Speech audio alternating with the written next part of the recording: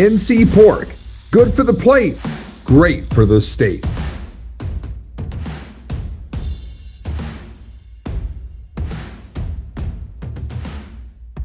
Good team win tonight. I really have a lot of respect for the way these guys have fought all year long, but especially, after a couple tough losses, come up here and, things didn't go great at the beginning of the game, but then they just kept battling and, had a really good second half. Defensively, we played well, gave up 3 points. Good team effort all the way around. Offensively, as I said, got off to a little bit of a slow start, but second half was good. I thought our conditioning helped us. We ran the ball when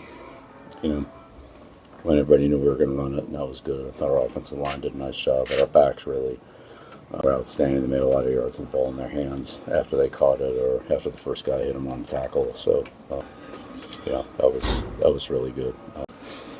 Just happy for the team's success. These guys have worked hard. They earned it, and we emptied out the tank tonight, and we'll go back and fill it up this week, and get ready for Stanford. Far left, Coach. Yeah. Coach, the way the last 2 games went coming into this one, sort of game of inches kind of thing, and then in the first half today, you get 4th and inches, and there's a false start, you have to kick a field goal, then there's the scoop and 6. Where does the resilience come from this team to not buckle? Because a lot of teams, that would be a lot of weight that they might crumble under, but this one didn't. Yeah, well, when you put a lot into it, it's hard to surrender. So, these guys have been working hard, and they just kept battling. On your right, Coach. If I can ask a quick follow-up. Go ahead. Yeah, we'll go back to him. Bill, I wanted to ask you, obviously mentioned the running game. DeMond in particular had the 2 touchdowns in the third quarter, gave you guys the lead and kind of kept you in control of the game. How much of a spark did he kind of provide for you guys in that point of the game? Yeah, it's great, when you see guys do what he did, down the sideline, he's stiff-armed and, got about another 30 or 40 yards on the touchdown run. Did a real good job of, finishing the touchdown on the toss play, getting his pads down and run through the goal line and all that. It's just, you see guys make plays with the ball in their hands and are hard to tackle, and, it gets everybody fired up. So, but I thought all our backs did it. They ran hard, they ran with good pad level, and once again, the backs ran a good ball security. Our turnovers haven't come from the running backs, they've come from other positions. So, Far right, Coach. Mm-hmm. Bill, I can only imagine that as you guys were preparing and game planning this week, you weren't preparing for a freshman walk-in who also plays lacrosse at quarterback. That's right. How did you sort of try to navigate that when you found out he was going to be the starter as opposed to maybe Collins or another guy? And do you change something at that point, or you just sort of stick to what you've been drilling the last couple of days? Yeah, well, I'd say we basically stuck to it, but you have to be aware of who that player is or was, and that definitely caught us a little bit by surprise. But I know from experience, you can't. It's a short week. You can't change your whole offense in a week, and so you do what you can do for the quarterback, but the other 10 guys, you try to stay consistent with them. And I know they were going through some changes on the offensive line, with Washington at guard and then Cruz at center. So there's a little bit of some moving parts there. And a new center with a new quarterback, so that's tough, man. I know Coach Brown, I'm sure that was something he had to deal with this week, and that was a challenge. But I think once the game got going, we just tried to play our coverages and try not to let the quarterback beat us with his legs. And he got out a couple times, but overall we did a decent job on it.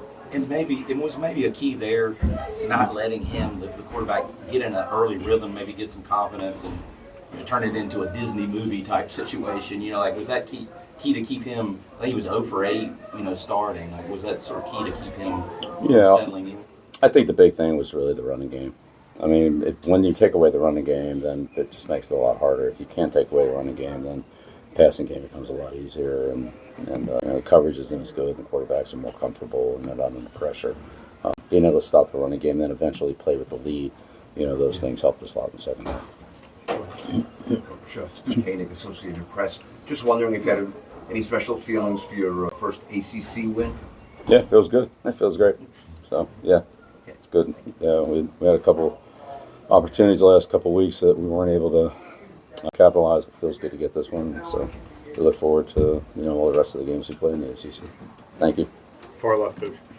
You lost Chad at one point, and Austin had to move inside the center. Got a couple of inexperienced players, Jordan and Miles at tackle. How would you assess how they played tonight, and how have they been growing recently to get to the point where they could play the kind of reps they did tonight? Yeah, Jordan in particular has done a really good job for us. He's continued to improve in practice, and we gave him some playing time early in the game. And then, unfortunately, when Chad went out, Austin went to center, which he's been practicing as our backup center. So we kind of were ready for that move. Obviously, didn't want it to happen, but when Chad wasn't able to go back, then Austin went in for him, and Osteen stayed at guard. So then Miles has been getting some snaps on the right side. We're fortunate that we have that kind of depth and guys are able to step in there and play well. But Blasky's a natural center, so I don't think that was as big an adjustment for him as it might be for somebody else. He handled it well. Back right. Yeah. Second half production has been a big struggle for this offense. You mentioned conditioning. Obviously, DeMond had a big second half, but what else changed? What else clicked for the offense? It was really just better execution. It wasn't like we had a whole bunch of new plays or anything. We just, I think, execute a little bit better. And again, our backs made some good runs. We got a few holes open, and then the backs made yards on their own, and they ran hard. And 3 yards became 7, and those things added pretty quickly. We skipped a lot of third downs. We were able to get some first downs on first and second down, so we weren't in a lot of third down situations like we were in the first half, and that was helpful too. Two right here in the front, Coach. Coach, did you prepare at all for Joseph Filardi? Was he on your scouting report at all this week? Yeah, barely. Yeah, no, it was a little bit of a scramble before the game, but it is what it is. How'd you kind of go about learning his play style beforehand? Well, again, you can't change a whole offense in 6 days. So again, a lot of things they've done. Just had a different guy doing it, and he's very athletic and had some running ability that we were a little more conscious of. But in the end, it's still their offense. And how'd you find out he was starting? We have our sources. Up to the left of him. Coach, Thomas Christopher, the league winners. That's kind of a two-part question. I was curious if who's responsible for setting the protections, whether it's Gino or the center, or if that's a combination of the two. And then in the second half, what were the adjustments like? Because it seemed like you guys started to move the pocket a little bit to kind of create more time for Gio.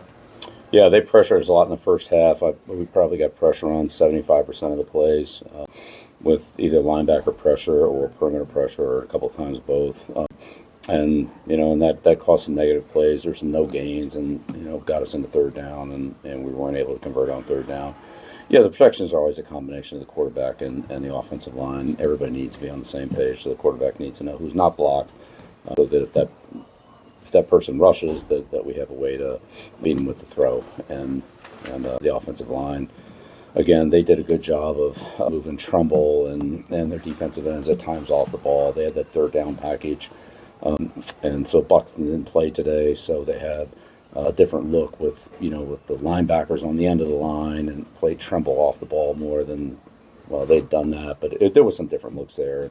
And that certainly, especially on the road with the crowd noise, is a challenge for the offensive line. So did it give us some trouble in the first half? Absolutely. They ran a couple 3-man games that that they got pressure on. I don't think they sacked us on, but they were right on top of the quarterback and made him get rid of the ball. So they do a good job. Coach Brown does a good job with that package, and similar to what we use, to be honest with you, on third down. And it was it was effective in the first half. I mean, we were 1 for 7 on third down or whatever it was. So they did a good job with it.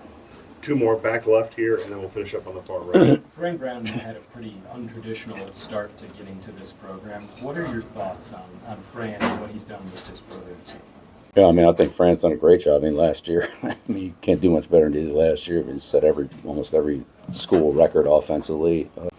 Had a great season, and then this turnover like there always is, and had a great win against Clemson. I mean, really dominated that game, and he was starting quarterback, and they deal with some other injuries on both sides of the ball, and things turn around quickly. And we all know in football, it's not who you play, it's when you play them.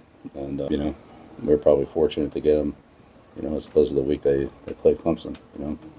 Maybe they were fortunate, they played us that week too. We weren't so good. So, it's just one of those things. I think he's a good coach, done a good job. He recruits well.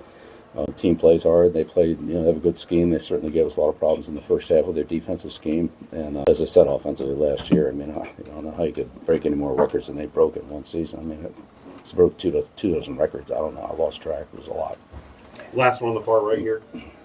Bill, going back to Damon June, I mean, for a guy who was in high school at this time last year, I mean, maybe the power that he runs with, the balance, like, is there anybody he reminds you of with his combination of the different skills? I mean, look, he's had some good games, and he's a good back. At least don't get carried away now. I'm not talking about Jim Brown or Ernie Davis or. I'm just curious if there's maybe not those guys. I don't think we're quite in that league yet. It's a little too early to get the bus ready for the Hall of Fame. But he works hard. He does a good job. He's getting better. We'll see where it goes. Glad we have him, and he's certainly taking advantage of his playtime reps, both in the running game and the passing game. He needs to improve his blitz pickup. He needs to, refine some other skills, but he's certainly getting there, and he's been a big plus for us. So glad we have him. Love Juju, but I think pump the brakes a little bit on the Fair enough. on the Hall of Fame nominations. Thanks, everybody. All right. This has been Bold North State Football Daily, an exclusive presentation of the North Carolina Sports Network. Make sure you follow us on social media at the NC Sports Net, and check out our website that is wall-to-wall coverage of North Carolina sports at ncsportsnetwork.com. Our foundational partner is the North Carolina Pork Council, raising the bacon, raising the bar. Telling the stories of the bold North State, this is the North Carolina Sports Network.